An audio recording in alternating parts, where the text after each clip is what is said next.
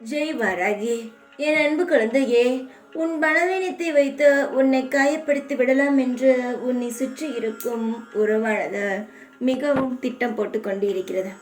நான் உனக்கு பலமுறை சொல்லியிருக்கிறேன், உன்னுடைய பலத்தையோ பலவீனத்தையோ வெளியில் காட்டாதே. அதை வைத்து சிலர் விளையாடி விடுவார்கள். அந்த நொடி உன்னால் தாங்க முடியாது என்று சொல்லியிருக்கிறேன். ஆனால் நீ உண்மையான உறவு என்று சிலரை நம்புகிறார். ஆனால் அவர்கள்தான் உனக்கு மிகப்பெரிய குழியை பறித்து உன்னை வாழ விடாமல் ஆக்கிவிடுகிறார்கள்.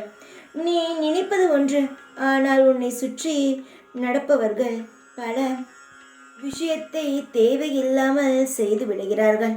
உன்னை பார்த்து இங்கு யாரும் நீ நன்றாக இருக்க வேண்டும் என்று நினைப்பது கிடையவே கிடையாது. நீ எப்பொழுது கெட்டுப்போவாய் என்று தான் நினைக்கிறார்களே தவிர நீ நன்றாக இருக்க வேண்டும் என்று யாரும் இங்கு தெய்வத்திடம் வேண்டுவது கிடையாது. ஆனால் நீயோ சிலருக்காக இங்கு என்னிடமே வந்து வேண்டுகிறாய். ஆனால் நீ வேண்டும் நபரோ உன்னை பற்றி கண்டுகொள்ளவே இல்லை. நீ எப்பொழுது உன் வாழ்க்கையில் சறுக்கி விழுவாய். அதை பார்த்து சிரிக்கலாம் என்று நினைக்கிறார்கள். நீ யாரை பார்த்தும் எதற்காகவும் அவர்களுக்காக நீ கவலைப்படாதே. உன்னுடைய பாதையில் நீ நகர்ந்து கொண்டே இரு. எப்பொழுது நீ உன்னுடைய வாழ்க்கையை உனக்காக வாழ்கிறாயோ அப்பொழுதுதான் அந்த வாழ்க்கையில் உனக்கு சந்தோஷம் கிடைக்கும், நிம்மதியும் கிடைக்கும். மற்றவர்களுக்காக நீ வாழும் பொழுது உன் வாழ்க்கையை நீ துளைத்து விடுவாய். நீ இப்பொழுதும் துளைத்துதான் நிற்கிறாய். இதற்கு பிறகும் அந்த தவறை செய்யாதே. உன்னிடம் இருக்கும் அதிர்ஷ்டத்தை ஏன் மற்றவரிடம் நீ போய் தருகிறாய்? எதற்காக உன்னுடைய நல்லதை போய் அவர்களுக்கு கொடுக்கிறாய்? நீ எப்பொழுதும் அதிர்ஷ்டமான குழந்தை.